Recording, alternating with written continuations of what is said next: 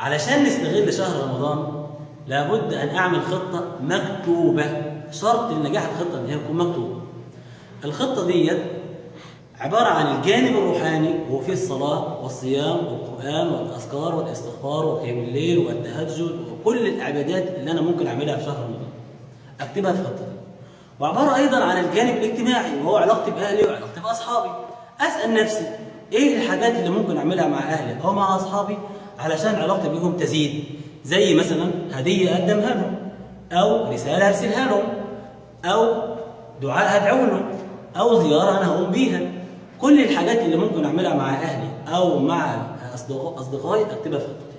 وعبارة أيضا عن الجانب الصحي، لأن الناس متخيلة إن جه شهر رمضان يبقى دخلت مسابقة الأكل. لا طبعا، جه شهر رمضان يبقى هشوف الأكلات المناسبة ليا ولأولادي أكتبها في خطتي، واكتب أيضا الوقت المناسب ليا في ممارسة الرياضة أكتبه في خطتي.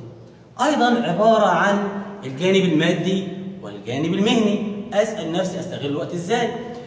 أيضا عبارة عن الجانب المعرفي، أقول الكتب اللي هقرأها في شهر رمضان عبارة عن كتاب كذا وكتاب كذا وكتاب كذا أكتبهم في خطتي.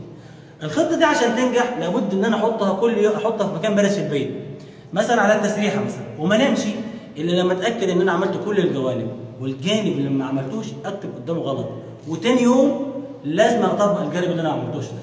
طيب أيضا من نجاح الخطة أشوف أحد الأصدقاء الإيجابيين اللي عندهم حماسة لاستغلال الشهر وتنافس معاه.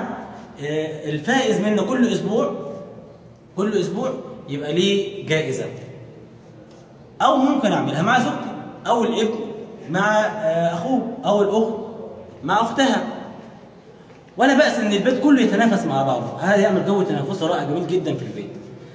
الخطة دي برضه أيضا عشان تنجح لابد إن هي تكون مزمنة، إما تكون مزمنة على 4 أسابيع أو كل أسبوع وحده، أو مزمنة على 10 أيام كل 10 أيام وحدهم. وجزاكم الله خيرا، وكل عام وأنتم بخير.